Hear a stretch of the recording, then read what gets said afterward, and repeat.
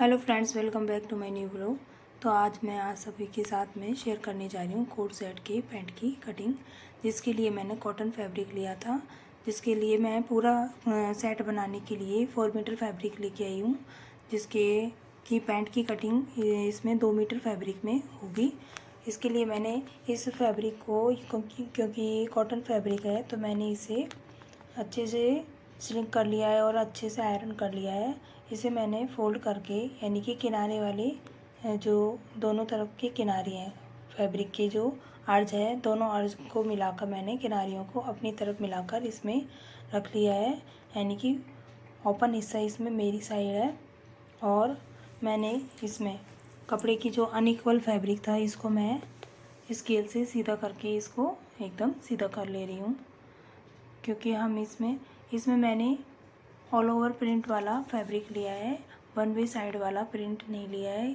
जब भी आप कभी कोट सेट या फिर बॉटम और टॉप पार्ट जब एक ही फैब्रिक में बनाएं तो किसी इस तरह के फैब्रिक का आप चुनाव करें जो कि आगे पीछे या दोनों तरफ से हो। इसके लिए मैंने आपको मेजरमेंट शेयर कर दिया है, जो कि क्योंकि जो मैं आपको नोटबुक में दिखा रही हूँ तो ये आपको आई थिंक दिखेगा नहीं, तो इसके लिए मैंने आपके साथ में मेजरमेंट आपसे शेयर कर दिया है। और इस पैंट की लेंथ मैं रखूँगी 36, क्योंकि मैंने इसमें पूरे फैब्रिक में इसमें निशान लगाए थे। बाद में मैंने जब कैमरा देखा तो मुझे बाद में देखा था कि इसमें जो भी मैंने निशान लगाया वो दिख नहीं रहा है, तो मैं पूरा मेजरमेंट इसमें लगाने के बाद में दूसरे कलर के चॉक से इसमें निशान लगाऊंगी। फिर मैं आपके साथ में इसका मेजरमेंट शेयर करूंगी।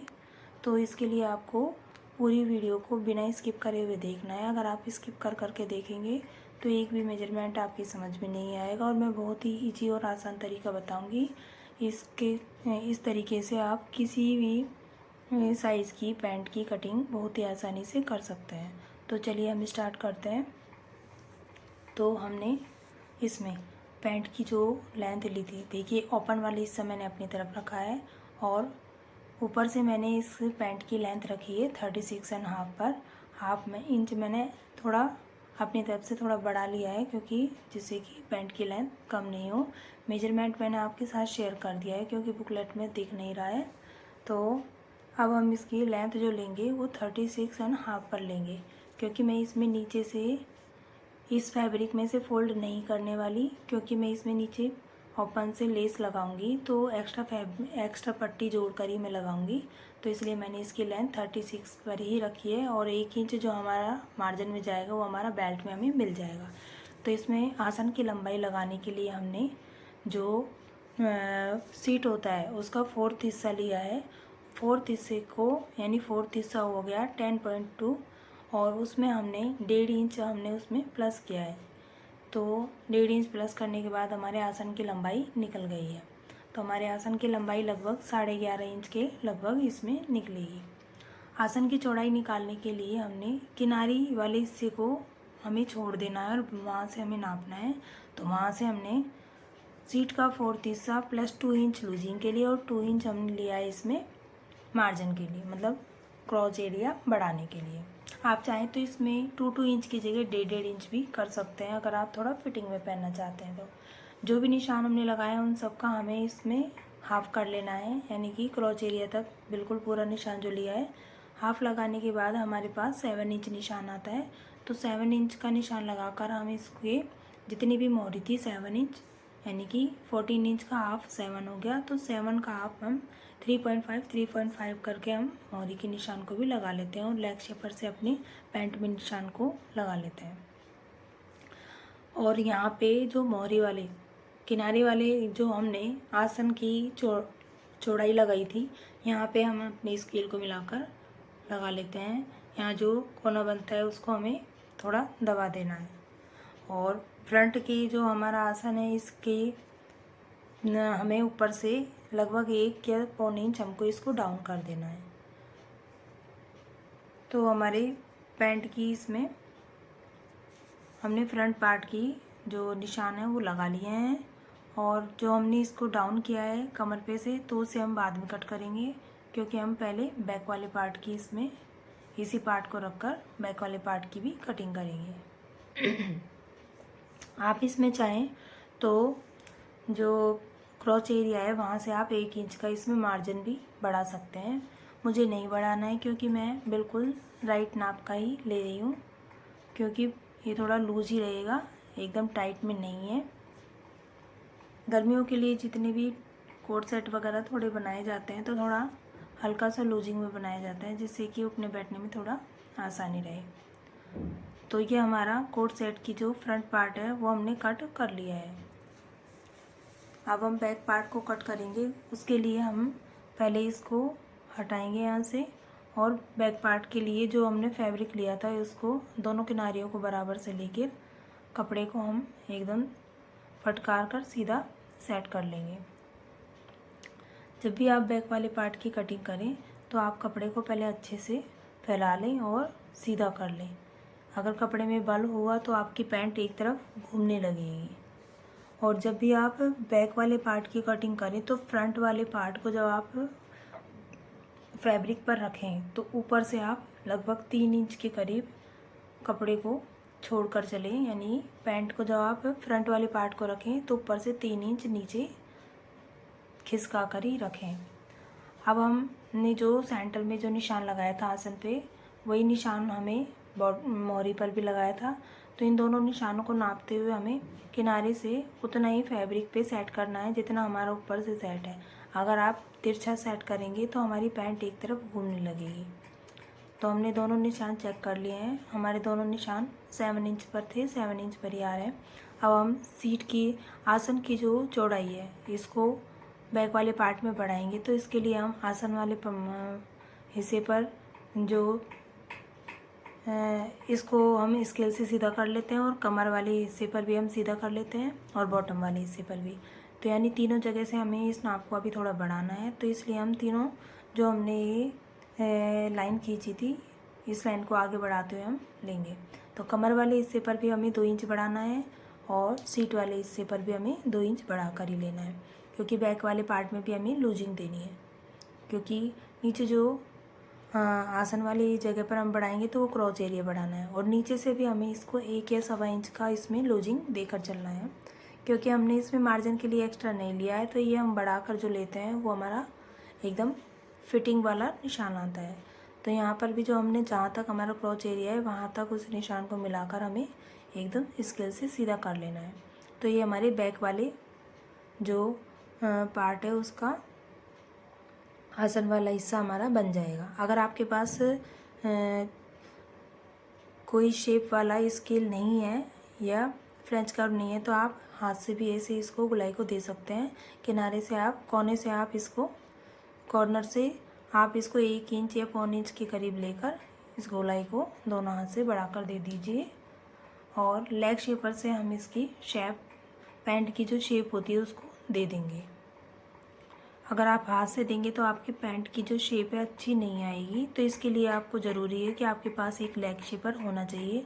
ज़्यादा गुलाई वाली जो लेग शेपर आती है वो ज़्यादा फिटिंग देने के लिए होती है, और ये नॉर्मल फिटिंग के लिए। तो इसी तरह हम आसन के पीछे वाले पार्ट में जो हमने कहा था 3 इंच डाउन करके लेना, तो ये हमने इसलिए कहा था क्योंकि हमें बैक वाले पार्ट में 1.5 इंच का जो सीट होती है उसको आसन को ऊपर बढ़ाना पड़ता है। क्योंकि जिससे कि हम जैसे हम बैठते हैं तो हमारा जो पीछे की तरफ से हमारा जैसे पैंट नीचे डाउन हो जाता है तो वो इससे डाउन नहीं होता है। तो इन सभी निशानों को हम लगाने के बाद में बैक वाले पार्ट को भी कट कर लेते हैं, क्योंकि हमारे सारे निशान हमने लगा लिए हैं। और दूसरी साइड से यानी कि किनारे वाली साइड से हमें इसे पैंट को कभी भी नहीं बढ़ाना चाहिए। बिल्कुल जो हमने फ्रंट वाले पार्ट की जो पैंट की फ्रंट काटा था उसी के बराबर से ही हमें इसे काटना है, क्योंकि जो भी हम पैंट में कपड़ा बढ़ा कर लेते हैं वो हम क्रॉच एरिया की तरफ से ही बढ़ा कर लेते हैं, और दूसरी तरफ से हमें इसको बराबर में ही लेना है। तो ये हमारा साइड से कटिंग हो गई है। इस तरह से आप कटिंग करके आप किसी भी साइज़ की पैंट को कट कर सकते हैं। आप सीट के 4th हिस्से को लीजिए, और 4th हिस्से में जैसे मैंने बताया आपको 2 इंच प्लस करके, आपको फिटिंग का पहनना है तो आप 1.5 इंच भी प्लस कर सकते हो, 1.5 इंच का भी प्लस कर सकते हो, और आपको थोड़ा लूजिंग में पहनना है तो आप 2 इंच प्लस करके ले सकते हो। तो इस तरह से हमारा पैंट की कटिंग हो गई है। तो अब हम इसकी जो हमने फ्रंट वाले पार्ट में जो हमने 1.25 इंची के करीब डाउन किया था उसको हम इसमें कट कर लेते हैं, क्योंकि जब हम उठते बैठते हैं तो कमर पर हमारे जो पेट पर हमारा जो इलास्टिक या बेल्ट होती है वो ऊपर चढ़ जाती है, इसलिए हम उसको डाउन करना ज़रूरी होता है। अब पॉकेट का निशान लगाने के लिए हम 2.5 इंची का निशान लगाएंगे, क्योंकि हम इसमें तिरछी वाली जो पॉकेट है वो लगाएंगे। और इसको तिरछा करके आप रखोगे तो 7 इंच के करीब आएगा, और सीधा करके लोगे तो 6, 6.25 पर आपका ये निशान आने वाला है। तो आपको जितना चाहिए आप इसमें उतना आपके अकॉर्डिंग ले लीजिए, जितना आपका हाथ इसमें आराम से आ जाए, क्योंकि ऊपर और साइड से दबाव में भी जाएगी। तो आधा इंच के दबाव के बाद जितना आपको इसमें हाथ आ जाए आपका, उतना आप इसको ले सकते हो। तो ये हमने पॉकेट का निशान भी लगा लिया है। अगर आप फ्रंट वाले पार्ट में बेल्ट लगाना चाहें तो जो आपका कमर का निशान है इसका सेंटर लेकर आप इसमें 4.5 या 5 इंच के जितने निशान लगाइए, और जैसे आप ब्लाउज में डार्ट लगाते हैं ऐसे आप इसमें डार्ट लगा दीजिए। क्योंकि मैं तो इसमें पूरे में इलास्टिक लगाने वाली हूँ, तो मैं इसमें ये डार्ट नहीं लगाऊंगी, क्योंकि इलास्टिक जो होता है वो भी अपनी लूजिंग लेगा, तो उसमें लगाने की ज़रूरत ही नहीं है। आप बेल्ट लगाएं इसमें, और बैक वाले पार्ट में अगर आपको जैसे इलास्टिक लगाना हो तभी आप इसको डार्ट को लगाएं, वरना आप जैसे पूरे में इलास्टिक लगा रहे हैं तो आपको नहीं लगाना है। तो अब हम जो हमारा फ्रंट वाला पार्ट है इसको नाप लेंगे, और वहाँ के बाद जो बैक वाला पार्ट है उसको नाप लेंगे। तो ये लगभग 27.5 के समथिंग आता है। तो हम 28 इंची की बेल्ट की जो हमारी नाप है वो आ गई है। तो इस तरह से आप अपनी बेल्ट की नाप भी निकाल सकते हैं कि हमें कितनी बड़ी बेल्ट इसमें लगानी है। तो बेल्ट की कटिंग करने से पहले हम इसमें पैंट की पॉकेट को कट करेंगे।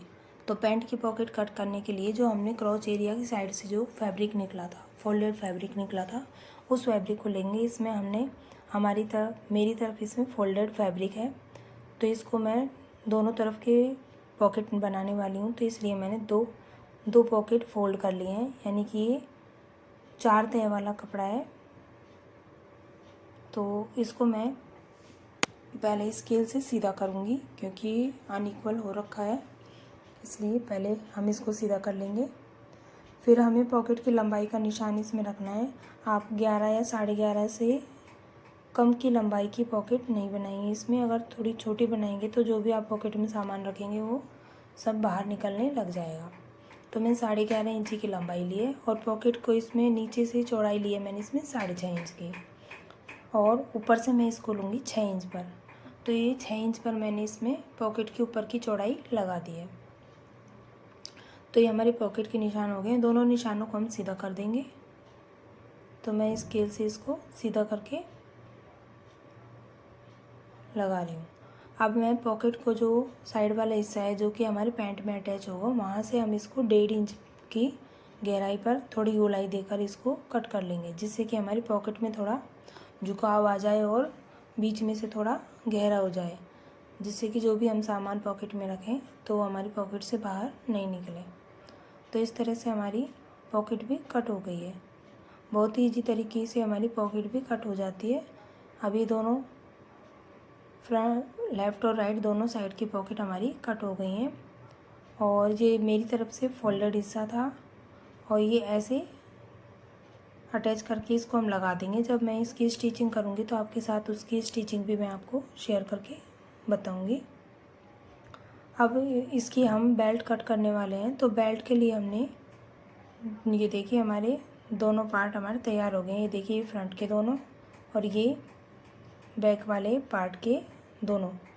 तो ये हमारे जो 4 फैब्रिक हैं वो निकल गए हैं। अब बेल्ट के लिए हमने इसमें 4 इंच के जितनी चौड़ी पट्टी ली है और 28 इंच के जितना लंबा लिया है। तो इसको हम बिल्कुल ऐसे ही अटैच करेंगे जैसे मैं आपको दिखा रही हूँ। तो इसके लिए हम देखिए 4 इंच की जितनी चौड़ी लेंगे और 28 इंच के जितनी लंबी लेंगे। तो इसके लिए हम 2 पट्टियाँ लेंगे। आई होप आपको मेरी ये वीडियो पसंद आई होगी और आपको अच्छे से समझ भी आई होगी।